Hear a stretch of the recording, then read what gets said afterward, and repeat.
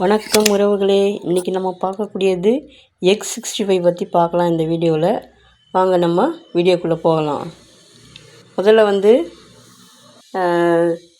மிளகு, சீரகத்தூள், உப்பு, இஞ்சி பூண்டு பேஸ்ட்டு, மிளகாய்த்தூள் போட்டு வச்சுக்கலாங்க. இதுதான் அது. இதில் இப்போது நம்ம முட்டையை உடச்சி ஊற்றிக்கலாங்க. நான் ஒரு 3 முட்டை எடுத்துருக்குறேன். இந்த 3 முட்டையை ஒரு 1/4 கிலோவுக்கு மேலே வந்துடுச்சுங்க முட்டை 65. வாங்க இது எப்படி பார்க்கலாம். ஃபஸ்ட்டு முட்டையை உடச்சி ஊற்றிக்கலாம். நமக்கு ஆப்ஷனல் தான். வெங்காயம், கொத்தமல்லி தேவைன்னா போட்டுக்கலாங்க. இப்போ நான் வெங்காயம், கொத்தமல்லி போட்டிருக்கேன். பொடி பொடியாக நறுக்கின வெங்காயத்தையும் நம்ம இதில் சேர்த்துக்கலாங்க. சேர்த்து இது ஒரு கலக்கலாம். ஏன்னா அந்த உப்பு அந்த காரத்தூளெல்லாம் இந்த வெங்காயத்தோடு சேரட்டும். ஃபஸ்ட்டு ஸ்ட்ரெயிட்டாக நம்ம முட்டையை உடச்சி ஊற்றினோம்னா இது தனித்தனியாக நிற்கும். இதில் பட்டை, லவங்கம், ஏலக்காய் தூள் அது கொஞ்சம் போட்டுக்கிட்டேன். ஜீரண சக்திக்காகவும் வாசனைக்காகவும் போட்டு இது ஒரு கலக்கிட்டு இப்போ நம்ம முட்டையை உடச்சி ஊற்றிக்கலாங்க. 3 முட்டை எடுத்துருக்குறேன். உடச்சி ஊற்றிக்கலாங்க. ஊற்றிக்கிட்டு இதை நல்லா கலக்கலாம். ரொம்ப அட்டகாசமாக இருக்குங்க 65. சிக்கன் 65 இதில் தோற்று போயிடுங்க. இதுக்கு சேமியாவில் வச்சு சாப்பிட்றதுக்கு ரொம்ப சூப்பராக இருந்ததுங்க.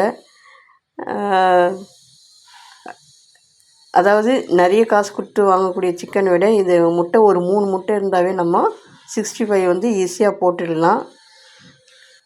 அது எப்படி போடலாம் நம்ம இந்த வீடியோவில் பார்க்கலாங்க. இப்போ 3 முட்டையை எடுத்து கலக்கி ஒரு இட்லி பாத்திரத்துலேயோ இல்லை கடாயிலையோ வச்சு இந்த கிண்ணத்தை அப்படியே கலக்கின இந்த முட்டையை அப்படியே கிண்ணத்தோடு இறக்கி சிம்மிலே ஒரு 10 நிமிஷம் நம்ம வேக விட்டுடலாங்க. பாருங்கள், நல்லா கலக்கியாச்சு. ஒன்றோட ஒன்றா சேர வந்துடுச்சு பாருங்கள். கலரே மாறிடுச்சு பாருங்கள். ப்ரௌன் கலரில் வருது. இப்போ மசாலாலாம் நல்லா பீட் ஆகிட்டு ரெடி ஆகிடுச்சு. ஸ்டவ் மேலே ஒரு கடாயை ஏற்றிக்கலாங்க. கடாயை ஏற்றி அதில் தண்ணி கொஞ்சம் ஊற்றிட்டு இந்த கிண்ணத்தை அப்படியே அதில் நம்ம இறக்கிடலாம். இறக்கிட்டு ஒரு 10 நிமிஷத்துக்கு நம்ம சிம்மிலே விட்டோம்னா நமக்கு அப்படியே பன்னு மாதிரி ஃப்ளஃபியாக நமக்கு அந்த முட்டை கிடச்சிடுங்க. அதை எடுத்து நம்ம பொடியை கட் பண்ணி மசாலா சேர்த்து எண்ணெயில் போட வேண்டியது தான். பாருங்கள், வச்சாச்சு கடாயில். இப்போ பாருங்கள் எப்படி இருக்குது பாருங்கள். இந்த மாதிரி தாங்க வரும். தேவைப்பட்டால் மஞ்சள் தூள் கொஞ்சம் சேர்த்து நீங்கள் அடிச்சுக்கலாம். நான் மஞ்சள் தூள் போடலை. இப்போ 65 மாவு ரெடி பண்ணிக்கலாம். இல்லை கார்ன்ஃப்ளவர் மாவு போட்டாச்சு. தயிர் கொஞ்சம் ஊற்றியாச்சுங்க. அதுக்கு அடுத்தது இட்லி மாவு, பச்சரிசி மாவுக்கு பதில் இட்லி மாவு கொஞ்சம் நான் சேர்த்துக்கிட்டேன். அதுக்கு அடுத்தது 65 மசாலா தூள் அது கொஞ்சம் போட்டுக்கிட்டேன். கொஞ்சம் காரம் தூக்கலாம் வேண்டியதுக்காக மிளகாத்தூளும் கொஞ்சம் சேர்த்துக்கிட்டேங்க. உப்புலாம் நான் போடல. ஏன்னா அந்த 65லேயே உப்பு இருக்குது. அதே போல் முட்டையிலையும் நம்ம கொஞ்சம் சேர்த்துருக்குறோம். அதனால் உப்புலாம் எதுவும் போடல. இதை நல்லா நம்ம மிக்ஸ் பண்ணி வச்சுக்கலாங்க. நான் கலர் மாவுலாம் எதுவும் சேர்க்கல. நேச்சுரலாக அதில் இருந்த கலரே தான். வேறு எந்த கலரும் நான் கலர் மாவே சேர்க்கலைங்க. ஏன்னா அதெல்லாம் உடம்புக்கு ரொம்ப கெடுதி. அதனால் அந்த கேசரி பவுடர்லாம் நான் எதுவும் இதில் சேர்க்கலை. இஞ்சி பூண்டு அந்த ஜீரண சக்திக்காக இஞ்சி பூண்டு கொஞ்சம் சேர்த்தாச்சு. சேர்த்துட்டு இதை நல்லா மிக்ஸ் பண்ணிக்கலாம். அதுக்கடுத்தது அந்த முட்டையை நம்ம சிறு சிறு துண்டுகளாக நறுக்கி எடுத்துக்கலாங்க. நறுக்கி எடுத்து இந்த கலக்கி வச்சுருக்கக்கூடிய இந்த 65 மசாலாவில் இதை நம்ம சேர்த்து மிக்ஸ் பண்ணிக்கலாங்க. பாரு, இந்த அளவுக்கு பொடி பொடியாக இருந்தால் போதும்.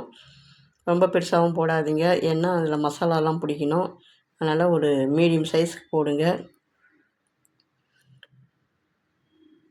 இப்போ நம்ம போட்டு மிக்ஸ் பண்ணிக்கலாங்க.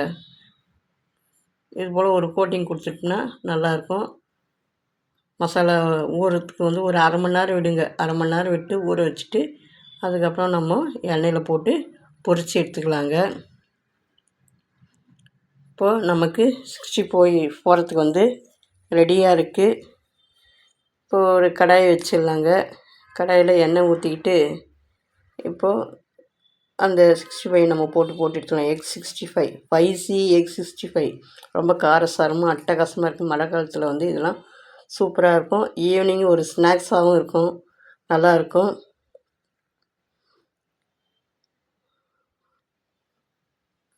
இந்த சலசலப்பு அடங்கின பிறகு நம்ம எக் 65 எடுத்துக்கலாங்க.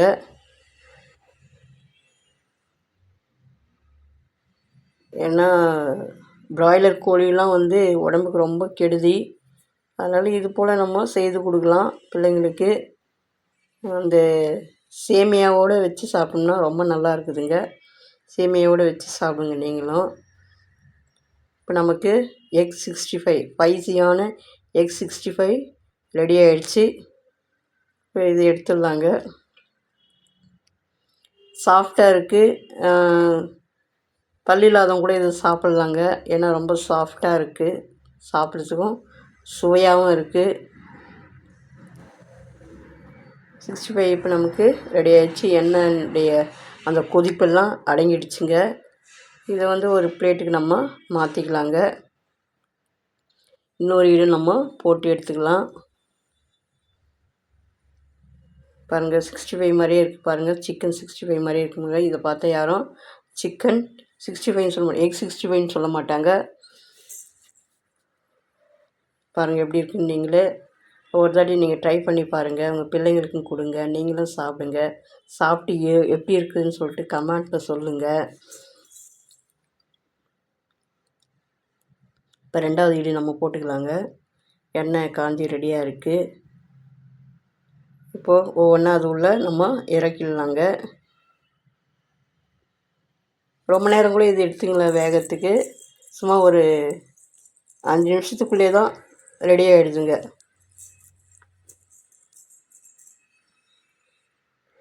மாவு வந்து அது பெசரி வச்சு ஒரு 1/2 மணி நேரம் வச்சிட்டோம்னா நமக்கு ரெடி ஆகிடும். இப்போ இதுவும் போட்டாச்சு. எண்ணெயில் நல்லா கொதிப்பு இருக்குது. இந்த கொதிப்பெல்லாம் அடங்கின பிறகு நம்ம இதுவும் தேவி எடுத்துடலாங்க. நீங்கள் சாப்பிட்டு எப்படி இருக்குதுன்னு சொல்லுங்கள்.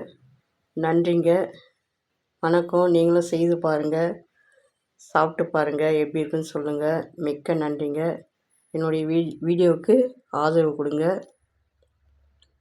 மீண்டும் இன்னொரு வீடியோ